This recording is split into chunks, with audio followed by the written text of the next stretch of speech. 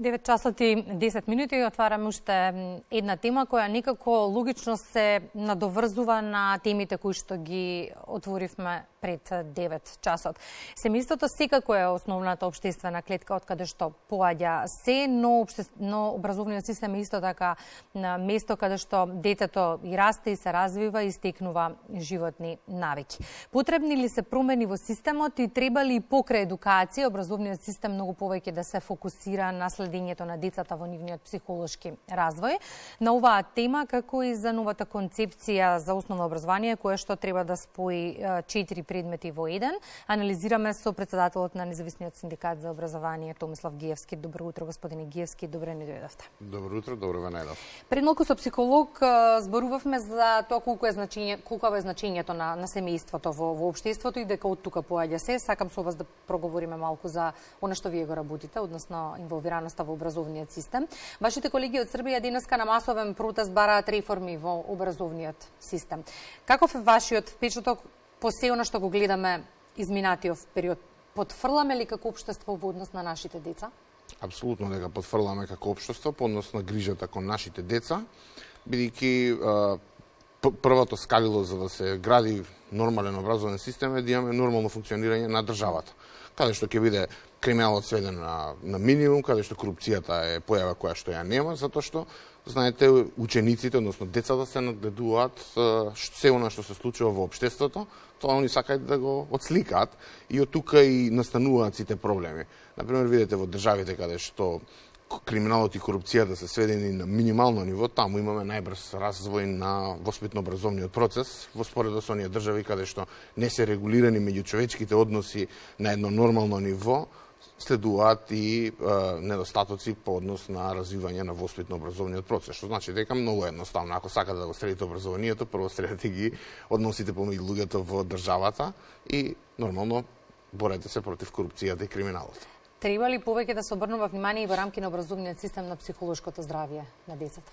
Да, треба да се посветат, да се градат нови програми кои што ќе го подобрат психолошкиот развој на децата. Досегашните програми, досегашната посветеност на колешките и колегите е на навистина добро ниво, односно ајде да кажем и одлично ниво. Посветени се грижат во просторот на своите можности. Се она што е надвор нивните можности е веќе и недофатливо. Велите нови програми. Какви реформи се потребни? Повеќе психолози, поголемо ангажирање на педагозите, вклучување на социјалните служби? Ја би се посветил на поголеми санкции. Значи, програмите како програми за сега што ги имаме за пристапот кон децата е на солидно ниво. Немаме тука проблеми. Проблемите настануваат во делот на од кога ќе се детектира проблем, што понатаму. Например, во поголем дел од државите има јасни санкции за родители, за деца, кои што недолично се однесуваат во училиштата. Треба ли, да речеме, поголеми промени во односот на родителите и професорите? Треба ли професорите и наставниците да имаат поголема автономија во работата, како би можеле посериозно да се посветат на децата? Автономија е потребна, но потребно и како колегите се охрабрат, затоа што има механизми за одбрана и тоа ние до сега во овие години од како го создадовме Независниот синдикат за образование и наука, тоа го имаме докажано дека има механизам просветниот работник да се заштити. За жал, голем дел не ги користат тие методи. Дел од колегите ги користат тие методи, имаме механизми, но де факто потребно е поголема автономија и нови механизми со кои што ќе му се овозможат законски решенија на наставникот да превентира булинг, да има превенција кон несакани действија во училиштата. Ова не се единствените предизвици за образовниот систем. Би кажале како никогаш досега сте исправени пред проблеми кои треба да се решаваат што побрзо. Да. Ајде да почнеме со она што е најактуелно. Со спојувањето на 4 предмети во еден, новиот концепт на образование, кој што предизвика лавина реакции во јавноста. Според Министерството за образование и наука, целта на промените е да се поттикне креативна настава, која што ќе стимулира учење со разбирање, но професорите велат дека новата програма е во најмала рака скандалозна. Зошто? Па видите, спојувањето на наставните предмети, прва ќе затргнеме од помислата на Министерството за образование и наука да зголеми креативноста на воспитно-образовниот процес. Тука мисија на секој министер во секоја држава е да го подобри воспитно-образовниот процес, односно да го крене образованието на повисоко ниво и нормално е тоа да го каже, и нормално е тоа да се очекува. Сега ќе тргнеме од последиците кои што, односно најавите и се на досега што е направено, се најавуваат спојување на наставни предмети, 4 наставни предмети во природни науки, 4 наставни предмети исто така во општествени науки, 2 наставни предмети имаме спојување во информатика и техничко. Значи имаме 3 наставни предмети кои што се планираат да се спојат со цел од 10 предмети се направат 3. Проблемот настанува во тоа што концепцијата ја најавува пред се дека треба да биде со модуларен пристап. Значи модуларниот пристап за публиката да знае дека географот ќе ги предава географски дисциплини, биологот ќе ги предава дисциплините од биологија, хемичарот ќе предава тој што го изучил тоа по хемија, биологот тој што го учил по биологија, историчарот и да не се набројувам. Но веќе е започната концепцијата во пето одделение сега по природни науки, каде што имаме мешавина на хемија, физика, биологија и географија, предава на кој што се падне да ги предава тие часови. Значи хемичарот ги предава сите 4 дисциплини во еден предмет, ако му паднале часовите, ако му споредот на нештата се паднале да ги предава хемичар. Ако на географот му се паднало да ги предава тие часови, да, во делот на континентите каде што е супер ќе спроведе програмата, но кога ќе дојде дел за природа, за за внатрешни органи кај луѓето, за супстанции, значи тука настанува проблем. Ние не сме стручни, нити планираме да бидеме стручни во некои полиња за кои што не сме се насочиле да ги учиме. Тука со какви знаења ќе ги праќаме децата дома?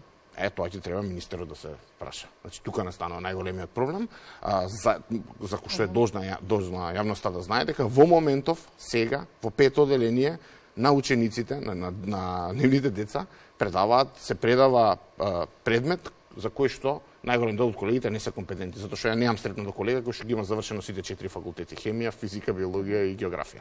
Од друга страна, голем дел од вашите колеги стравуваат за своите работни места, а министерот вели нема потреба од тоа. Каде е вистината?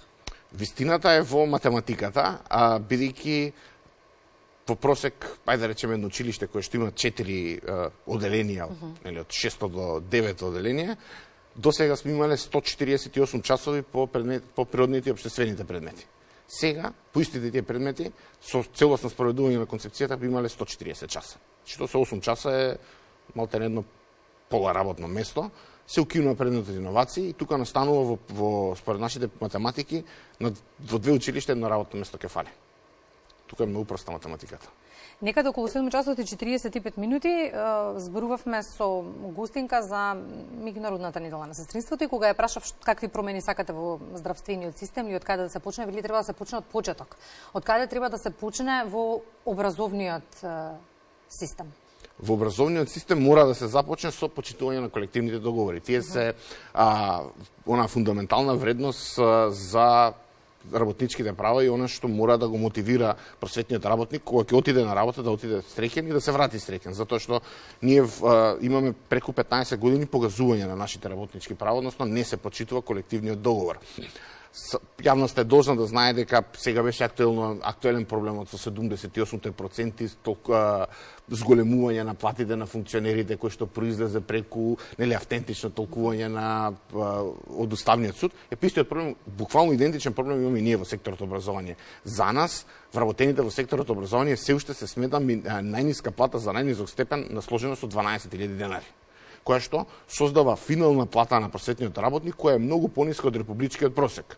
Платата на просветните работници исто така е јасно наведено дека се исплаќа до 10 во месецот, но ниту еден од колегите и колешките нема добиено никогаш, ја толку време работам, никогаш немам добиено плата на најдоцна до 10 во месецот и тие некои искривени вредности каде што државата у старт има на просветните работници има покажано дека не им го почитува трудот, дека не им ги почитува колективните договори и од тука им намалена мотивацијата. Тогаш што ве мотивира, Томислав? Што ве покренува и ве утрава да станете од кревет и да поидете на училиште, да работите? Не мотивира работата со деца. Тоа е првото скалило. Работиме нормално како работници, работиме за плата, иако е ниска и подпросечна. не мотивира тоа затоа што не се насочиле кон тоа да го работиме, затоа што голем дел од наставните предмети можеби можеле да работат нешто друго што е надвор од образование, на пример јазичарите, математичарите, физичарите. Но имаме наставни предмети кои што 95% од работните места се во образовниот систем. Збориме за стручност, а сепак може некој да работи нешто што е надвор од неговата струка. Ете, тие се причините кадеш поради кои најголем дел од последните работници, но за жал оваа бројка од ден на ден се намалува бидејќи многу од колегите заминуваат за странство. И Државниот испитен центар е предизвик, бараат поголема плата и го ставаат во неизвестност полагањето на државна матура на околу 15.000 матуранти. Велите им порачуваме да издржат? Па правото на штрајк е уставно загарантирано право за подобрување на работничките права и задоволување на општествените потреби кои што ги имаат работниците. И ние би се нафатиле буквално на истиот чекор, значи тоа јавноста мора да знае во првиот момент кога ќе постигнеме репрезентативност како синдикат. Тоа е единствената пречка. Иначе немаме никакви сомнежи дека тоа што го преземале синдикатот, ми сметам дека беше при ССМ, дека тоа е единствениот чекор. Свесен сум дека голем дел од колегите можеби ќе бидат оштетени, збориме колеги кои што работат во просветата, но сепак правото на штрајк, бидејќи веруете во моментов комуникацијата со надлежните институции сведена на нула. Ќе испратите дописи, ќе разговарате, никакви заклучоци не се донесуваат, немаат никакви изреки, односно немаат никакво образложение зашто не се почитуваат законите. Велите, децата се уште не се мотив за да работиме посветено, но со образовен систем каков што имаме во моментов, какви генерации деца можеме да очекуваме?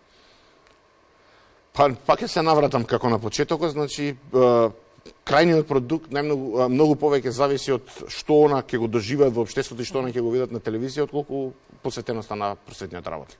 Ја можам да видам и сум се уште најпосветени, најголем дел од колегите со кои што сме во контакт се посветени, си ги извршуваат работите, се посветуваат, но тешко ни е нас да го убедиме ученикот дека моралните вредности, дека честниот труд, она што му го зборуваме дека е тоа врвот на пирамидата, кога гледаат дека на многу полесен начин, без образование, многу луѓе се имаат збогатено во држава и многу живеат еден полуксузен живот што го живее нивниот наставник. Промени се потребни во многу сегменти, но благодарни сме, ако ништо друго во моментов, на ентузијазмот на вас, професорите. Благодарам. Благодарам за гостувањето во утринската програма.